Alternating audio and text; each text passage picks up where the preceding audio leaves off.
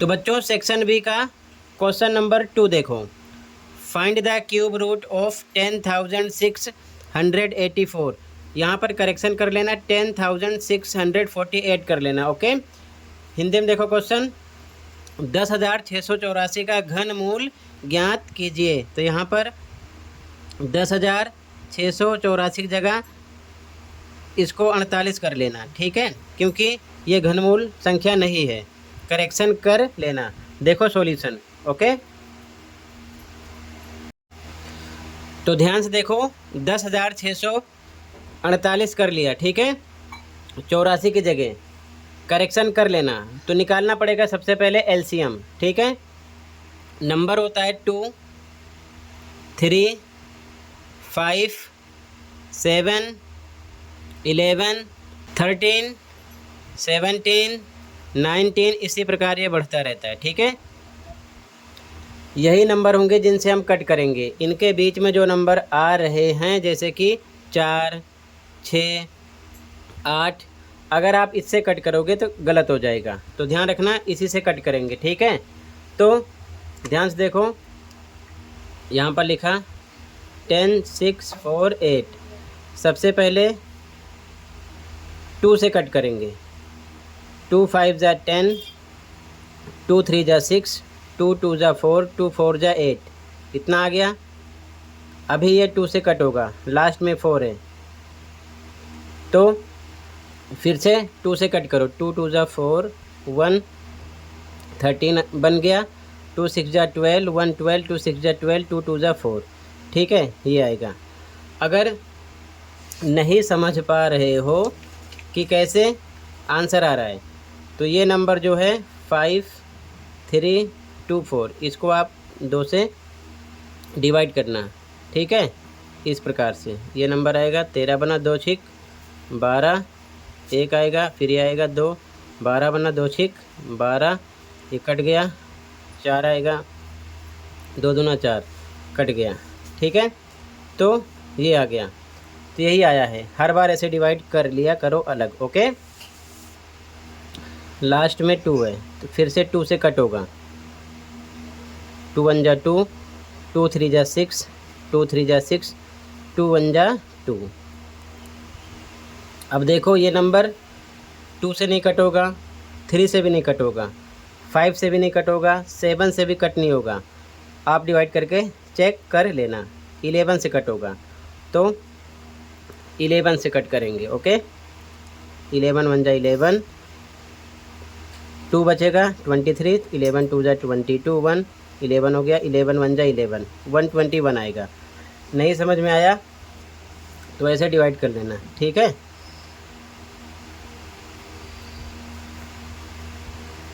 ग्यारह एकम 11, 2 आएगा, अगला नंबर 3 आएगा 23, 11 दूना 22, 1 आएगा, 1 11, 11 एकम 11, ठीक है, 121 आएगा। फिर ये 11 से कट होगा, 11 1 जा 11 1 जा 11, इतना आएगा। इसी प्रकार आप डिवाइड कर लेना, ठीक है। नहीं समझ पा रहे हो तो 121 को 11 से भाग करना, 11 एकम 11, घटाने पर आएगा 1, अगला नंबर 1, 11 हो गया, 11 एकम 11, कट जाएगा 11 आएगा, ठीक है। तो 11 आया है। फिर 11 से कट होगा, 11 एकम 11, लास्ट में 1 आना चाहिए, तब तक इसे कट करना है। ओके, नंबर यही होने चाहिए, ध्यान रखना, ठीक है। आगे देखो,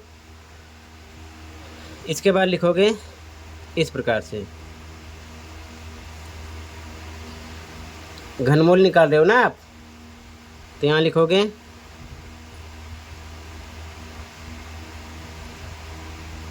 10 6 4 8। इसका जब आपने एलसीएम निकाला तो जो फैक्टर है इधर लिख दो, 2 × 2 × 2, 11 × 11 × 11, ठीक है। 3 3 का पेयर बनता है क्यूब रूट के लिए, इसका बना, इसका बना। पेयर में से 1 टाइम बाहर निकालते हैं, तो एक बार 2 निकलेगा, एक बार 11 निकलेगा, बाकी फिनिश है। मल्टीप्लाई करो 22, तो आंसर आ जाएगा 22। ध्यान रखना, अगर आप 22 को 3 टाइम मल्टीप्लाई करोगे 22 को 3 टाइम, 22 इंटू 22 इंटू 22, तो आंसर यही आएगा। ठीक है, ये ध्यान में रखना। क्लियर है? तो समझ जाना सही है। तो ये आंसर 2 हो गया। कहीं पर कोई डाउट होगा बताना। ठीक है, अगले क्वेश्चन पे आ जाओ, ध्यान से देखो अगला क्वेश्चन। क्वेश्चन नंबर 3 है बच्चों, राइट इन एक्सपेंडेड फॉर्म। हिंदी में देखो, विस्तारित रूप में इसे लिखना है। ठीक है, ध्यान से देखो सॉल्यूशन क्वेश्चन नंबर 3 का। ठीक है, तो ध्यान से देखो बच्चों सॉल्यूशन। जब आप इसको सॉल्व करोगे एक्सपेंडेड फॉर्म में, यानी कि विस्तारित रूप में, तो पॉइंट से सबसे पहले इधर देखो, पॉइंट से इधर देखो। ठीक है, लिखा 5, तो पॉइंट के बाद 2 नंबर छूट रहे हैं, 5 को हटा के देखोगे पॉइंट तक 1 2, तो यहाँ पर डबल 0 लगाओ, फिर प्लस का निशान लगाओ।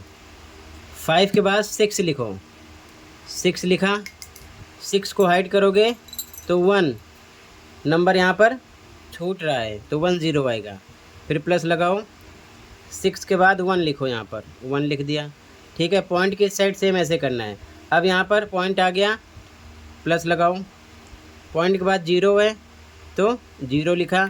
अब इधर से आपको काउंट करना है, इकाई दहाई, 0 इकाई पर है यानी 1 पर है, दहाई यानी जो डेसिमल है 10 पर है, तो इसके नीचे बटे में लिखना है आपको 10 यानी 10 दहाई पर है, फिर प्लस लगा दो। 0 के बाद 9 है, लिख दिया।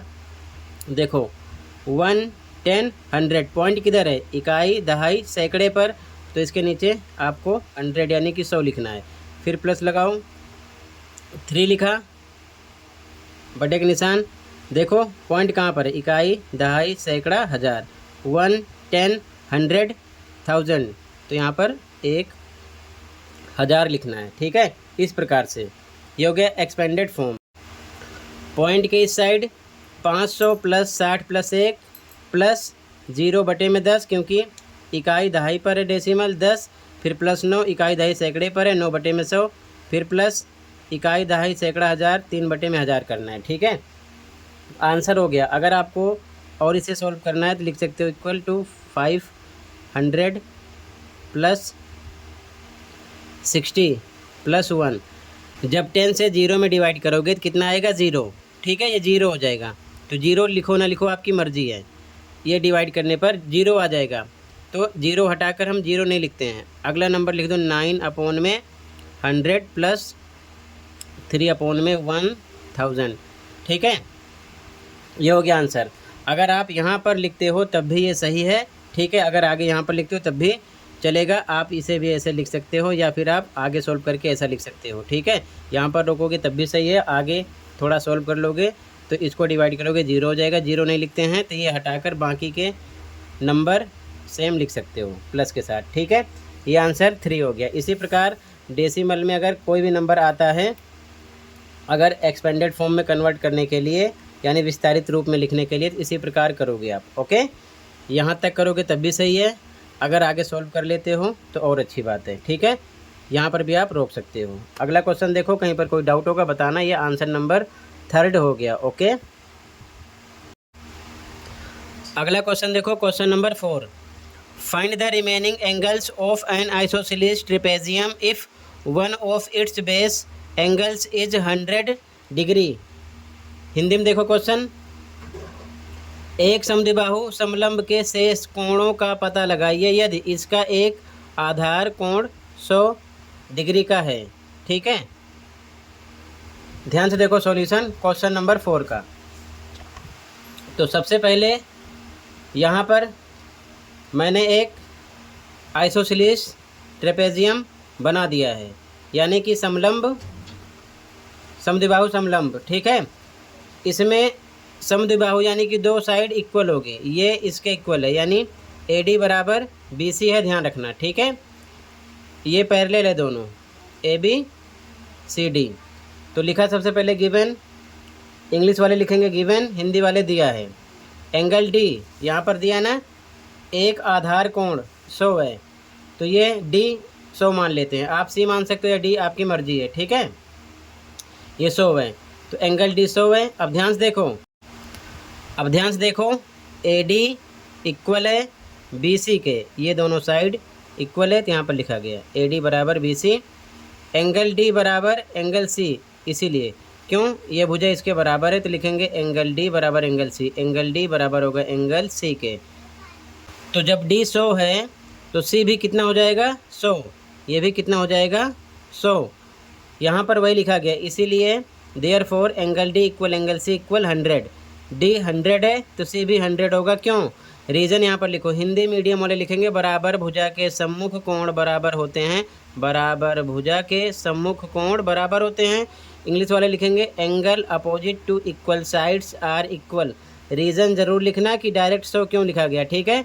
D C के बराबर है, C आ गया, बाकी A B का पता लगाना है तो हम लिख सकते हैं A प्लस D।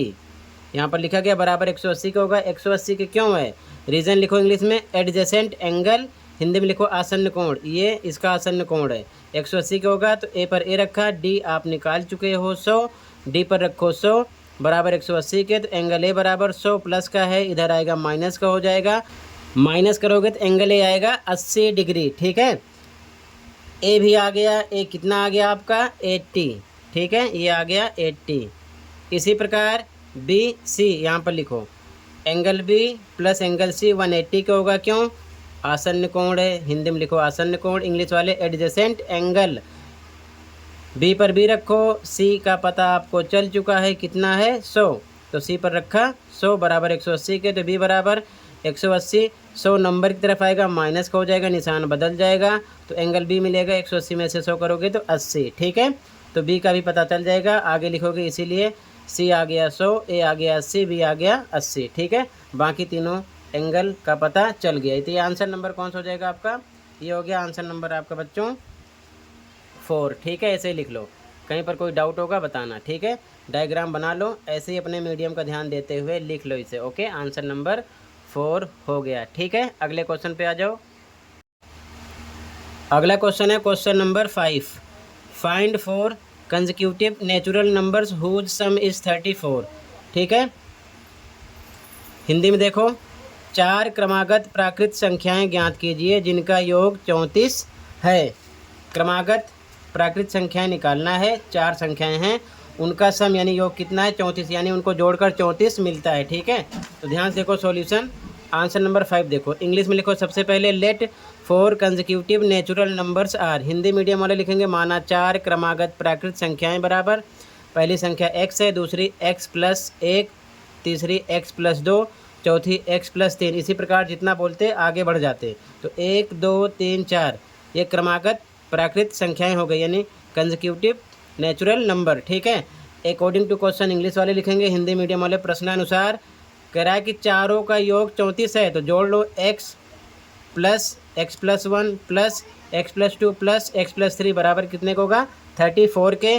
x जोड़ो, देखो x 1 टाइम है, 2 टाइम है, 3 टाइम है, 4 टाइम है, 4x हो गया, नंबर एक साथ ऐड करो, 3 2 5 1 6 इक्वल टू 34 के। 4x इक्वल टू नंबर को नंबर की तरफ भेजो, प्लस 6 इधर आएगा, माइनस 6 हो जाएगा, 4x इक्वल टू माइनस करो, 28 आएगा, 34 में से 6 माइनस होगा, x इक्वल टू यहाँ पर मल्टीप्लाई में 4 इधर आएगा, डिवाइड में हो जाएगा, 4 से इसको कट करोगे तो 4 के टेबल में 28 कितने पे आएगा 7 पे आएगा, 4 7 जा 28, यानी x आ गया 7, ओके। आगे लिखो हिंदी में, अतः संख्याएँ, इंग्लिश में देयरफॉर नंबर्स इक्वल, क्या मानो x plus 1 x plus 2 x plus 3, तो x आ गया 7, पहला 7 हो गया, दूसरा x प्लस 1 है, तो x पर x की वैल्यू रखो 7 प्लस 1 8 आ गया, तीसरा x प्लस 2 है तो x पर रखो 7 प्लस 2 7 2 9 आ गया, अगला x प्लस 3 है तो x पर रखो 7 x की वैल्यू प्लस 3 आ जाएगा 10, तो संख्याएं हो जाएंगी 7 8 9 10, ठीक है, क्रमागत संख्याएं हो जाएंगी, ये हो जाएगा आंसर नंबर 5, ओके। तो ऐसे ही लिख लो, कहीं पर कोई डाउट होगा बताना, ठीक है। क्वेश्चन है मोस्ट इम्पोर्टेंट, ऐसा क्वेश्चन पेपर में भी आ सकता है। अपने मीडियम का ध्यान देते हुए स्टेटमेंट लिखना, ओके, दोनों मीडियम में एक साथ लिखा है, ठीक है।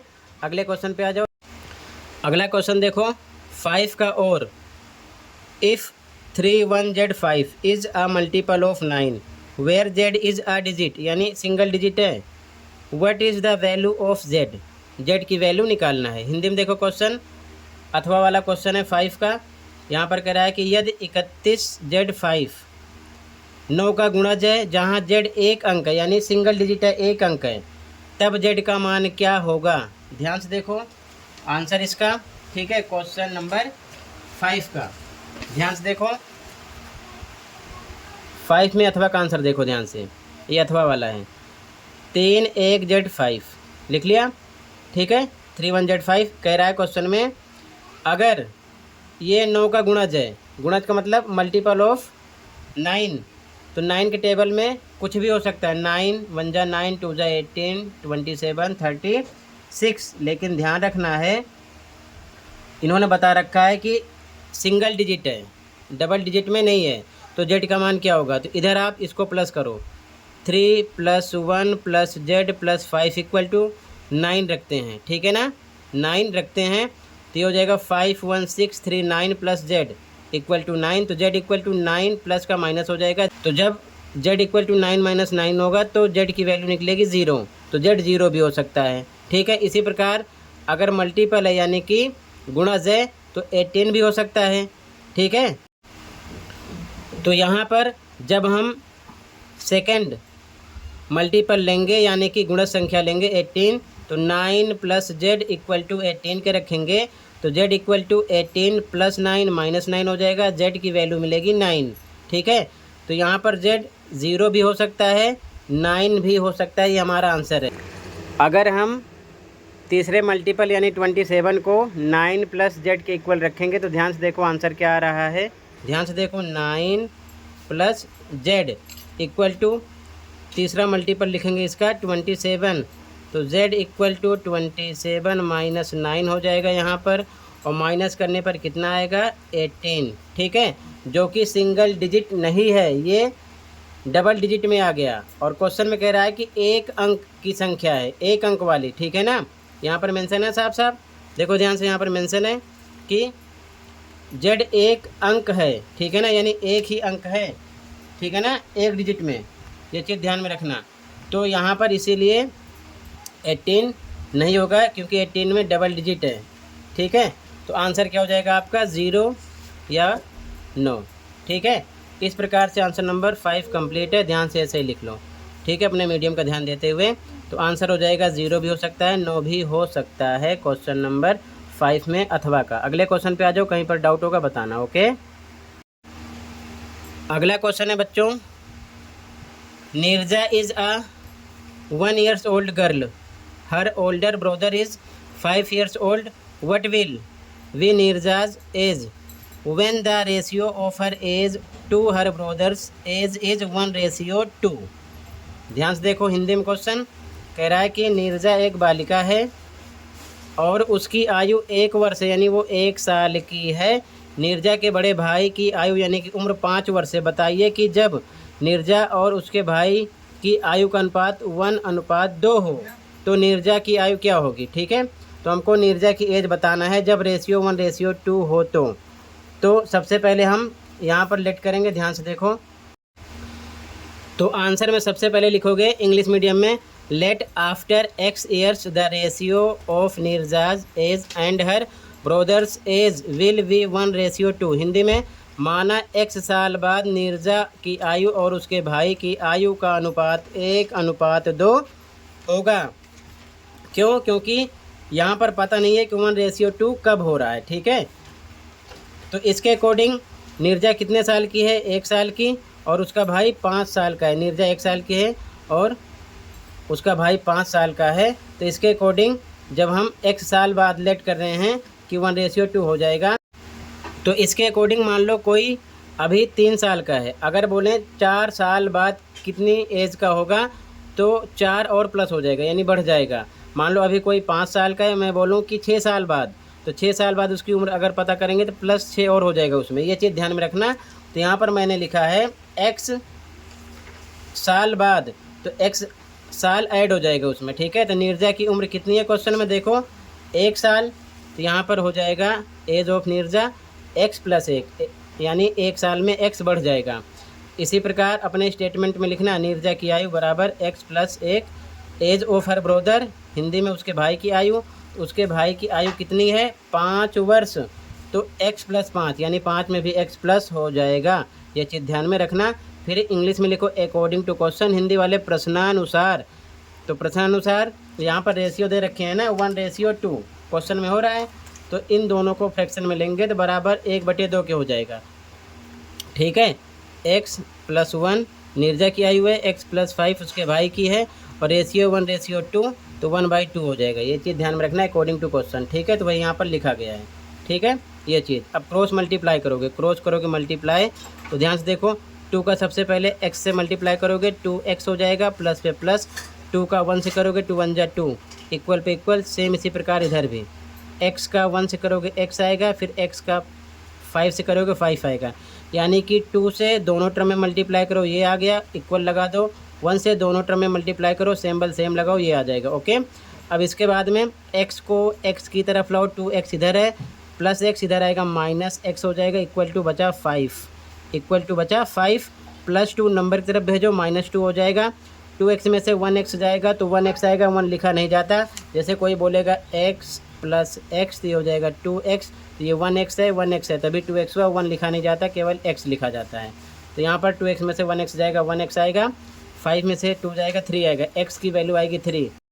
तो आगे लिखो हिंदी में, अतः नीरजा की आयु, इंग्लिश वाले hence age of Neerja equal to कितनी है, x प्लस 1, यही तो हो गया, x साल बाद x प्लस 1 नीरजा की आयु है, यही निकालना है हमको। तो x प्लस 1 लिखा, x पर x की वैल्यू रखेंगे 3 प्लस 1, तो 3 प्लस 1 इक्वल टू 4 ईयर्स, यानी कि 4 साल आंसर आ जाएगा नीरजा की आयु। और नीरजा की आयु ही पूछा गया है, ठीक है ना। यहाँ पर अगर उसके भाई की आयु पूछते तो उसको भी हम निकाल लेते, इस पर वैल्यू रख देते x प्लस 5।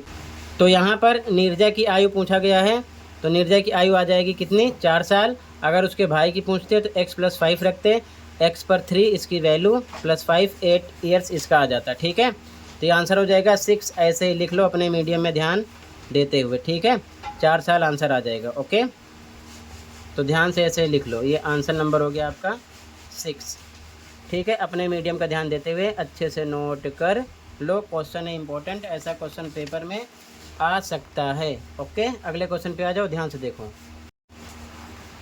अगला क्वेश्चन है बच्चों, question number 7, write any 2 ratios that are proportional to 4:9। ठीक है, हिंदी में देखो क्वेश्चन,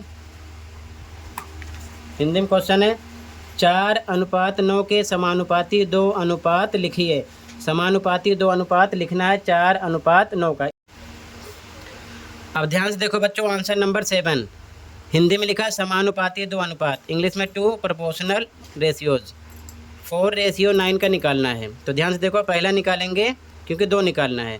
4 पे 4 लिखा, रेशियो पे रेशियो लगाया, 9 पे 9 लिखा। सबसे पहले इधर भी 2 से मल्टीप्लाई किया, इधर भी 2 से मल्टीप्लाई किया, यानी गुणा किया, तो 4 दूना 8 आ गया। रेशियो पे रेशियो लगा दो, अनुपात पर अनुपात, 9 दूना 18, पहला आ गया आंसर। इसी प्रकार फिर से 4 पे 4 लिखा, इधर 9 पे 9 लिखा, रेशियो पे रेशियो लगाया। अब 3 से इधर भी मल्टीप्लाई कर दिया, 3 से इधर भी मल्टीप्लाई कर दिया, तो ये आ जाएगा 4 3 12, 4 3 12, रेशियो पे रेशियो, 9 3 27, यानी कि 9 3 27 आ गया, ये दूसरा आ गया। तो ये आंसर नंबर 7 हो गया बच्चों। ठीक है, इसी प्रकार मान लो यहाँ पर 2 निकाला गया। ठीक है, इसको सोल्ट करने पर यही आना चाहिए। ठीक है, सोल्ट करोगे ना तो यही आएगा, 3 से कट करोगे यही निकलेगा, इसमें आप 2 से कट करोगे इसको 18 और 8 को, यही निकलेगा। ठीक है, ये चीज़ ध्यान में रखना। तो तीसरा का मान लो आपको निकालना होता तो इधर लिख दिया 4, इधर रेशियो, इधर 9। ठीक है ना, 4:9। अगली बार मान लो आप 4 4 से मल्टीप्लाई कर देते, आता कितना, इधर 16 आता, इधर कितना आता 36। ठीक है, और भी निकालना होता है, फिर से लिखा 4, इधर भी 5 से मल्टीप्लाई कर दो, अनुपात लगा दो, 9 लिखो, इधर भी 5 से कर दो, 4 पंचे 20, 9 पंचे 45, ये भी आ जाता है। तो ये चौथा हो जाता है, ये पाँचवा हो जाता है। इसी प्रकार आपसे ये तीसरा हो जाता है, ये चौथा हो जाता है। ठीक है, इसी प्रकार आपसे जितना पूछते आप इसी प्रकार निकाल सकते हो। ठीक है, दोनों तरफ सेम नंबर रख के आपको मल्टीप्लाई करना है। ठीक है, आप समानुपाती अनुपात में से निकाल सकते हो। ठीक है, तो ये आंसर नंबर 7 हो गया। ठीक है, इसके बाद में सेक्शन सी अगली वीडियो में प्रोवाइड करूँगा। कहीं पर कोई डाउट है कमेंट कर सकते हो। मिलते हैं अगली वीडियो में। Thank you for watching and take care. Okay.